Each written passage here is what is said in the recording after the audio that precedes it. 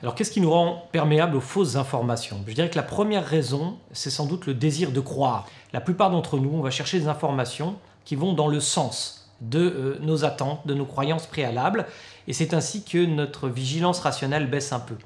La deuxième raison, qui est plus fondamentale encore, c'est que ce qu'on appelle les fake news, les fausses informations, les infox, eh bien, elles vont souvent dans le sens de nos attentes intuitives. Parce que notre cerveau est un organe absolument merveilleux, mais dans certaines circonstances, eh bien, il nous trompe. Donc ces intuitions trompeuses, qu'on appelle des biais cognitifs, eh bien, elles profitent souvent à la diffusion des fausses informations. C'est pourquoi elles vont plus vite, tout simplement parce qu'elles vont dans le sens des attentes intuitive de notre cerveau. Nous faisons souvent preuve d'avarice intellectuelle. De quoi s'agit-il? C'est un terme que deux psychologues, Fisk et Taylor, ont proposé pour rappeler que notre cerveau, en fait, eh bien, quelquefois se satisfait d'un certain nombre de propositions sans chercher des propositions optimales.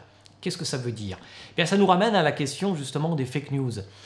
Souvent, les fake news vont dans le sens de nos attentes intuitives.